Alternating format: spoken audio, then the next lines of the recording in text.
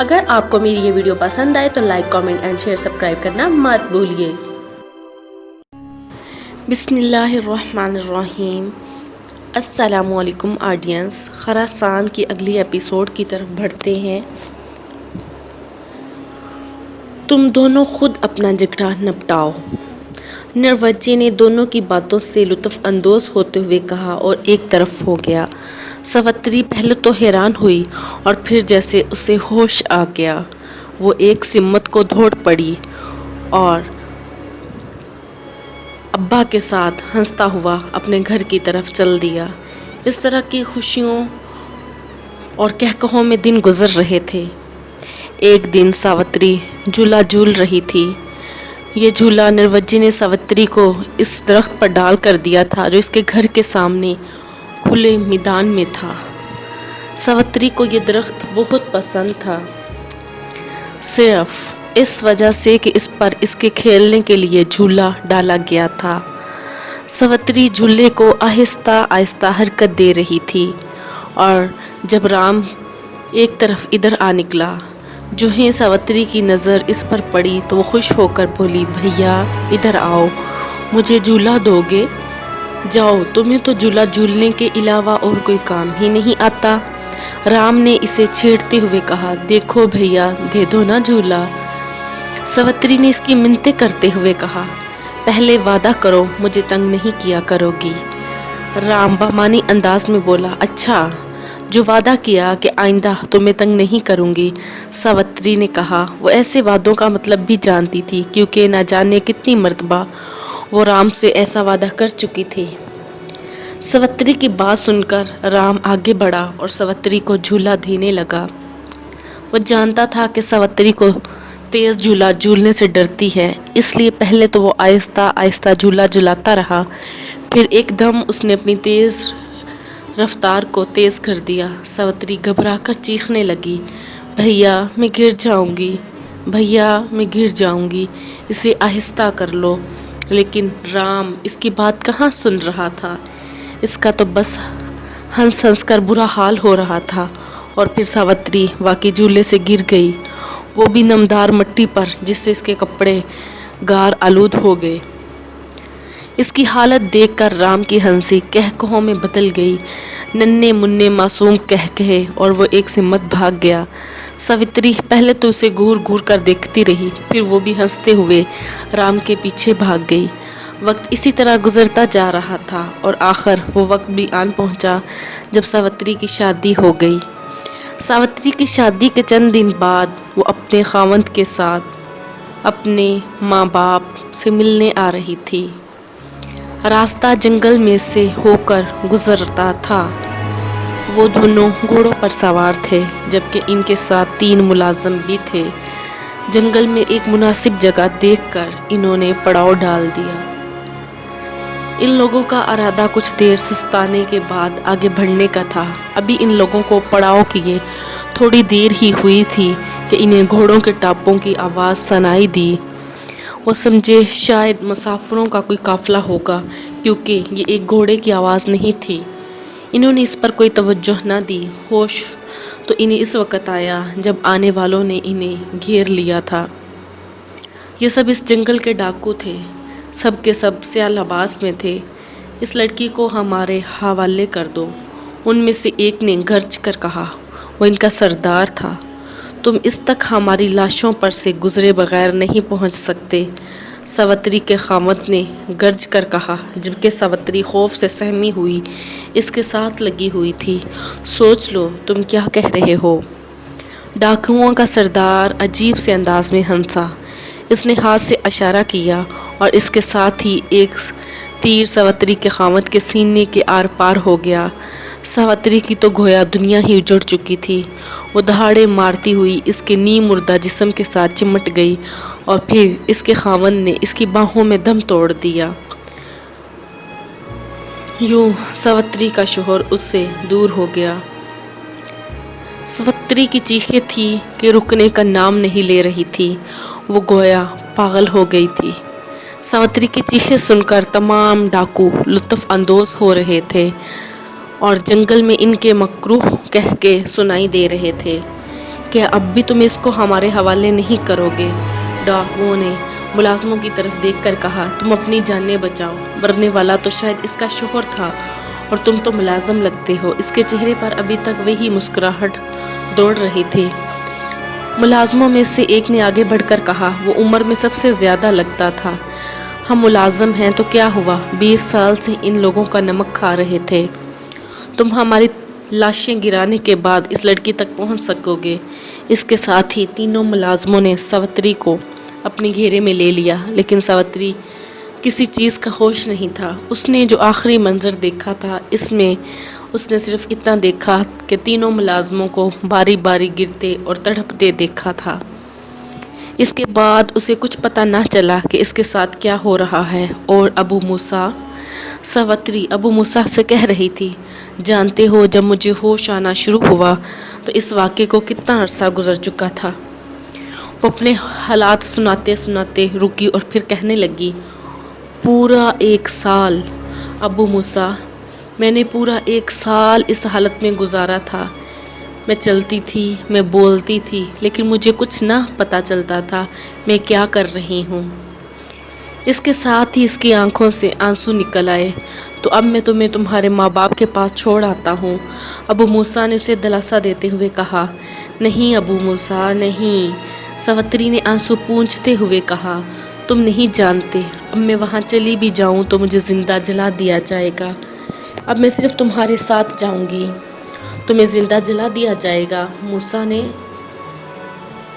لہجے میں حیرت تھی جب اس نے پوچھا۔ ہاں، ساوتری کہے جا رہی تھی، ہمارے مذہب میں یہ ہے کہ جب عورت کا خاوند مرتا ہے تو بیوی کو اس کی لاش کے ساتھ زندہ جلا دیا جاتا ہے۔ یہ تو بالکل غیر انسانی ہے۔ ابو موسیٰ حیرت سے کہنے لگے، میں ہندو مت کے بارے میں جانتا ضرور ہوں، لیکن یہ میرے لیے نئی ہے بات کیونکہ مجھے پہلے نہیں پتا تھا۔ ویسے بھی تمہارے خاوند کی لاش جلائی 1 عرصہ گزر چکا ہے۔ ہاں ابو موسیٰ، ساوتری بولی، یہ بات غیر انسانی ہے، اور اس غیر انسانی ہونے کا مجھے اس وقت پتہ چلا ہے جب تم مجھے ملے ہو۔ اب میرے تمام جذبات صرف انتقام لینے کے لیے ہیں، ان ڈاکوؤں سے انتقام۔ ساوتری کہہ رہی تھی، ان ڈاکوؤں کو ختم کرنا اس لیے بھی ضروری ہے کہ لوگ ہمارے امیر قتیبہ بن مسلم کو قتل کرنا چاہتے ہیں۔ جہاں تک میں اندازہ لگا سکوں گا، انہیں یہ کام بخارا کے بادشاہ دروان خزاں نے سونپا ہے۔ لیکن کیا تم یقین سے کہہ سکتی ہو کہ یہ وہی ڈاکو ہیں جنہوں نے تمہارے خاوند کو قتل کیا تھا؟ ابو موسیٰ کچھ دیر سوچنے کے بعد کہنے لگا، یقین نہیں آتا کہ یہ ہندوستان کے جنگلوں میں جرم کرنے کے بعد اتنی دور آ کر پناہ لیتے ہیں۔ یہ وہ ڈاکو نہیں ہیں، ساوتری بولی، ان ڈاکوؤں نے مجھے ان کے آگے بیچ دیا تھا، لیکن یہ بھی قاتل ہیں، میری آبروح کے قاتل ہیں۔ اس کے ساتھ ہی وہ سسک کر رونے لگی اور ابو موسیٰ اسے دلاسا دینے لگا۔ مرو میں ابو موسیٰ کی گمشدگی کی خبر نے قتیبہ بن مسلم کو پریشان کر دیا تھا۔ وہ اس قابل سالار کی خصوصیات سے واقف تھا۔ وہ صحیح معنوں میں جان پر کھیل جانے والا شخص تھا، اور اس کا دستہ تو گویا اس کے اشاروں کا منتظر ہوتا تھا۔ قتیبہ کو ابو موسیٰ کی گمشدگی کی اطلاع بنو تمیم کے سردار وقی نے دی تھی۔ قتیبہ نے اپنے جاسوس ہر طرف پھیلا دیے تھے، لیکن ابو موسیٰ کا کچھ پتہ نہ چلا تھا۔ قتیبہ ایسا شخص تو نہ تھا کہ ایک سالار کی گمشدگی سے اپنا تمام منصوبہ ملتوی کر دیتا۔ چنانچہ اس نے کچھ دن تو ابو موسیٰ کی تلاش جاری رکھی، مگر جب اس کی کوئی اطلاع نہ ملی تو اس نے اپنے منصوبے کے مطابق فوج کو تیاری کا حکم دے دیا تھا۔ تیاری کا پہلا مرحلہ جنگی مشقوں میں کا تھا۔ یہ مشقیں مرو شہر سے باہر کھلے میدان میں کی جا رہی تھی۔ تمام دن میدان کے گرد اڑ کر بیٹھتی رہتی تھی، اور انہی مشقوں کے دوران قتیبہ بن مسلم نے اپنا قاصد حجاج بن یوسف کی طرف روانہ کیا تھا۔ اس قاصد کا نام ابن عدی تھا۔ یہ تمام حالات پچھلے باب میں بیان ہو چکے ہیں۔ قتیبہ بن مسلم نے اپنے قاصد حجاج کی طرف روانہ کر دیا تھا، جس نے ظاہر ہوتا تھا کہ اس نے کوئی بہت ہی اہم منصوبہ بنایا ہے۔ یہ اس کی عادت تھی جو حجاج کی ہدایت کے آئینہ دار تھی۔ حجاج نے اسے ہدایات کر رکھی تھی کوئی بھی اہم قدم اٹھانے سے پہلے اسے ضرور اطلاع دے۔ چنانچہ اس نے اپنا قاصد حجاج کی طرف روانہ کر دیا۔ قتیبہ بن مسلم کا یہ قاصد ابن عدی چند دن بعد حجاج بن یوسف کے پاس پہنچ گیا۔ اسے حجاج کے سامنے لے جایا گیا۔ اے عرب کے بیٹے، حجاج نے اسے پوچھا، کیا نام ہے تیرا؟ باپ نے میرا نام جو بھی رکھا ہے، ابن عدی نے جواب دیا، سب مجھے ابن عدی کہتے ہیں۔ اس کا جواب سن کر حجاج بن یوسف کے چہرے پر مسکراہٹ دوڑ آئی۔ وہ کہنے لگا، تو مجھے جرأت مند اور عقل والا معلوم ہوتا ہے، بتا ابن مسلم نے کیا پیغام بھیجا ہے؟ حجاج کی بات سن کر ابن عدی نے ایک سربمہار پیغام حجاج کی طرف بڑھا دیا۔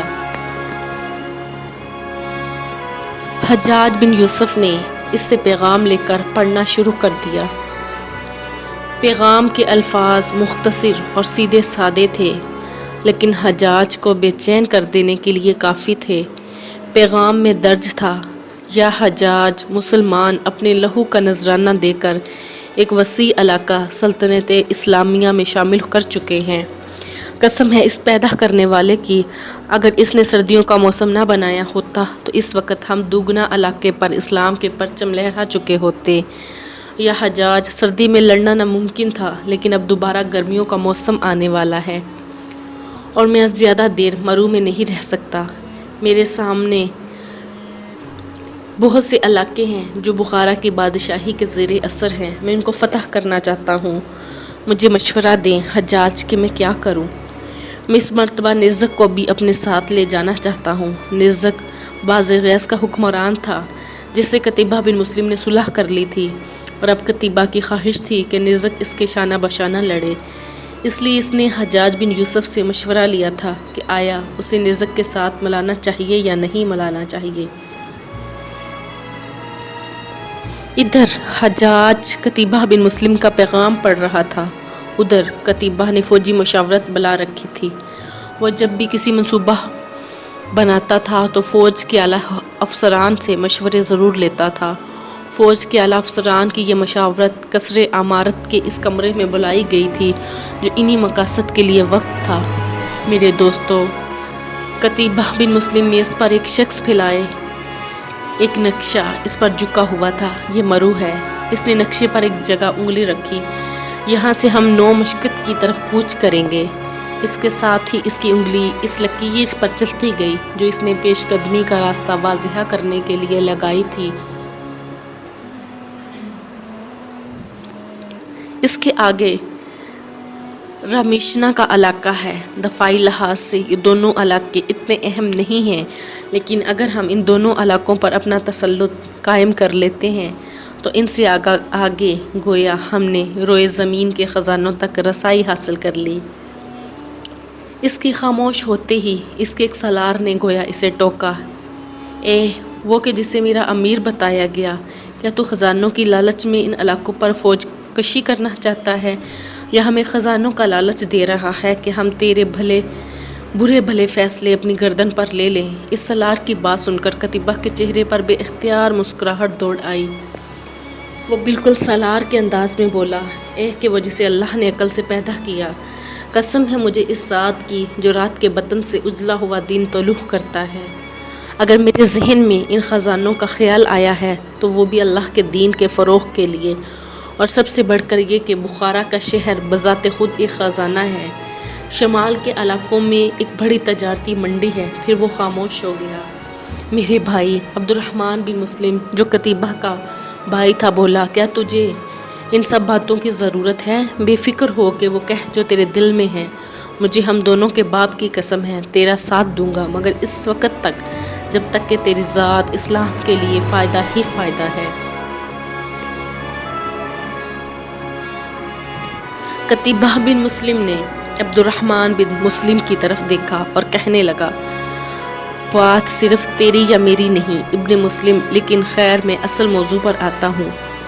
وہ کچھ دیر توقف کے بعد بولا، میں آپ لوگوں پر واضح کر چکا ہوں اس موسم جہاد، موسم گرما میں ہماری منزل کیا ہوگی، لیکن میرا ایک فیصلہ شاید ہلاکت میں ڈال دے، اور میرا ایک فیصلہ شاید آپ کو حیران بھی کر دے۔ میرے رفیق کو مجھے مشورہ دو، کہیں ایسا نہ ہو کہ میرا کوئی فیصلہ تمہیں ہلاکت میں ڈال دے، تمہیں پریشانی میں ڈال دے۔ میں اس مرتبہ نیزک شاہ بازغیس کو بھی اپنے ساتھ لے جانا چاہتا ہوں۔ اس نے مسلمانوں سے صلح کی ہے تو معاہدے کے مطابق جہاں ہمیں اس کی ضرورت ہو وہ ہماری مدد کرے گا۔ قتیبہ بن مسلم کے اس فیصلے نے تقریباً سب کو چونکا دیا تھا، اور بظاہر یہ چونکنے کی وجہ بھی تھی کیونکہ نیزک نے مسلمانوں سے صلح بحالت مجبوری کی تھی، اور وہ بھی قتیبہ بن مسلم کے خوف سے۔ چنانچہ یہ عین ممکن تھا کہ وہ موقع ملتے ہی مسلمانوں کی پیٹھ میں خنجر اتار دے۔ یہ خدشات تقریباً وہاں موجود ہر شخص کے ذہن میں آئے تھے، جنہیں سب نے باری باری بیان کیا۔ قتیبہ سب کے دلائل کو غور سے سنتا رہا، لیکن کوئی فیصلہ نہ کر سکا۔ اسے کیا کرنا چاہیے؟ یا امیر، ایک سالار بولا، حجاج سے پوچھ لینا چاہیے۔ میں حجاج کو پہلے ہی خط لکھ چکا ہوں۔ قتیبہ بن مسلم کہنے لگا، چند دن تک امیر عراق کا جواب بھی آ جائے گا۔ اب جو فیصلہ حجاج کرے گا، میرے خیال میں ہمیں اس پر عمل کرنا چاہیے۔ اس نے سوالیہ نگاہوں سے سب کی طرف دیکھا۔ طے یہ پایا کہ حجاج کے فیصلے پر عمل کیا جائے گا۔ اس کے بعد ادھر ادھر کی باتیں ہونے لگیں اور پھر اجلاس برخاست ہو گیا۔ چند دن بعد مشرق سے ابھرتا سورج مرو سے مسلمان فوج کو کوچ کرتا دیکھ رہا تھا۔ یہ کوچ قتیبہ کے حکم سے کیا گیا تھا۔ مرو میں یشار بن مسلم اس کا قائم مقام تھا۔ مسلمان فوج پہلے بھی جہاد پر روانہ ہوتی رہتی تھی، لیکن اس مرتبہ لشکر کی شان ہی نرالی تھی۔ دراصل بیکند کی فتح کے بعد مسلمانوں کی مالی حالت بہت بہتر ہو گئی تھی، اور انہوں نے عمدہ نسل کے گھوڑے اور اعلیٰ درجے کے ہتھیار خریدے تھے۔ اس کے علاوہ سرکاری ذخائر سے بھی ہتھیار فوجیوں میں تقسیم کیے گئے تھے۔ مسلمانوں کے اس لشکر کی تعداد 30,000 کے لگ بھگ تھی۔ لشکر کی ترتیب اس دور کے رواج کے مطابق تھی۔ سب سے آگے ہراول دستہ تھا، کلب، جس کی کمان قتیبہ کے ہاتھ میں تھی، اور کلب کے پیچھے ایک اور دستہ تھا جس کی کمان قتیبہ کے بھائی عبد الرحمن بن مسلم کے ہاتھ میں تھی۔ رات کو لشکر نے ایک جگہ پڑاؤ ڈال دیا۔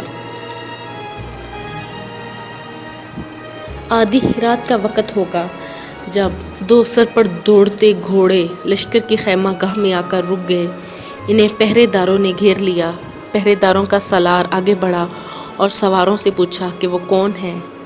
اس کے لہجے سے کسی قدر نرمی جھلک رہی تھی کیونکہ وہ رات کے اندھیرے میں پہچان چکا تھا کہ ان 2 گھوڑوں پر 3 افراد سوار تھے، جن میں سے ایک عورت اور ایک کمسن بچہ تھا۔ حیرت کی بات یہ تھی کہ اس نے اندھیرا دور کرنے کے لیے مشعل چلانے سے منع کر دیا تھا۔ سپہ سالار کہاں ہے؟ گھوڑے پر سوار آدمی نے اس کا سوال نظر انداز کرتے ہوئے کہا، وہ اپنے خیمے میں ہے، لیکن تم کون ہو؟ سالار نے پھر وہی سوال کیا۔ ابن مسلم سے جا کر کہہ، وہ سوار بولا کہ ابو موسیٰ آیا ہے۔ ابو موسیٰ تو؟ سب حیران ہو گئے۔ سالار حیرت اور خوشی کے ملے جلے جذبات سے بے قابو سا ہو گیا، اور ابو موسیٰ کے گھوڑے سے اترنے کا انتظار کیے بغیر ہی اس سے لپٹ گیا۔ دراصل یہ اسی دستے کا سالار تھا جس کی سالاری ابو موسیٰ کے ذمے تھی۔ ابو موسیٰ کے غائب ہونے کے بعد اسے سالار بنا دیا گیا تھا، لیکن تو اتنا عرصہ کہاں غائب رہا؟ اس نے پھر سوال کیا۔ یہ ایک لمبی داستان ہے، ابو موسیٰ نے جواب دیا، تو مجھے ابن مسلم کے پاس لے چل۔ اس وقت قتیبہ بن مسلم کو اطلاع دی گئی کہ ابو موسیٰ واپس آ گیا ہے۔